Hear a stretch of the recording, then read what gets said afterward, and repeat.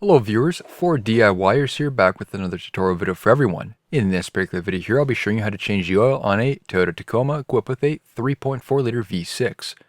This is the 5VZ FE engine, which was found on other Toyota models as well, such as the Tundra and 4Runner, so a similar procedure may apply.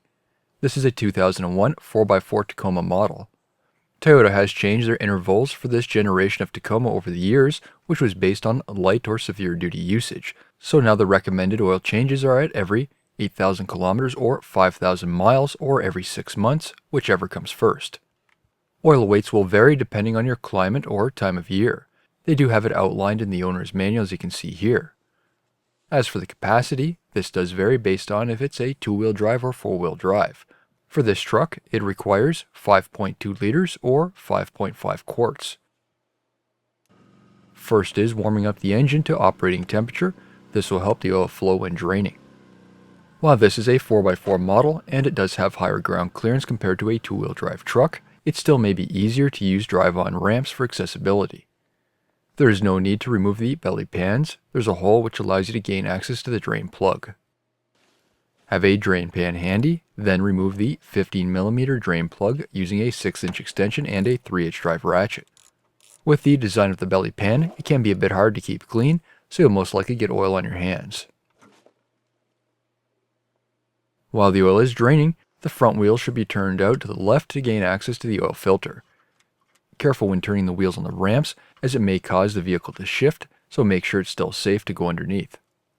Using a small pry tool, pop off the clip on the rubber fender liner. With this being older, the rubber can tear easily, so take your time. There are fir tree style clips here, so they can be a pain to remove.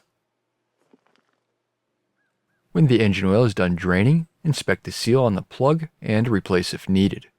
Make sure it's clean along with the sealing surface on the oil pan, then reinstall.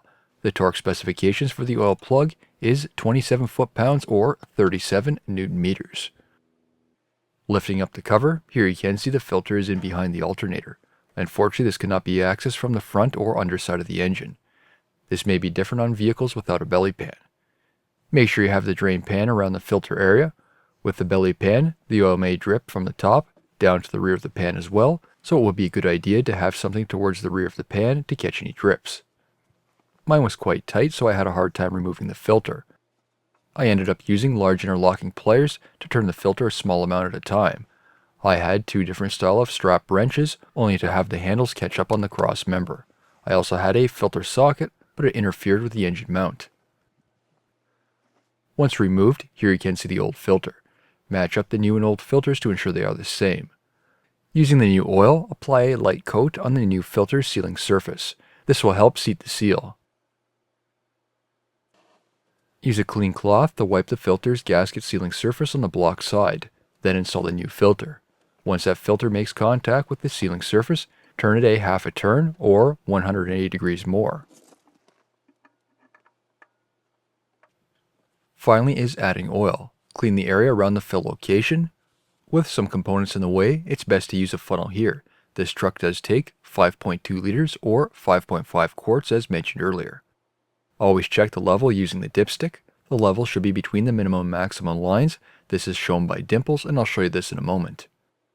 Once at the correct level, start the engine and check for any leaks. Then back the truck off the ramps. When on level ground, turn the engine off and let the vehicle sit for a few minutes to let the oil settle. Then check the oil level again. As mentioned earlier, the minimum and maximum lines are labeled with dimples. Make sure it's between those two markings. After that, you're officially done.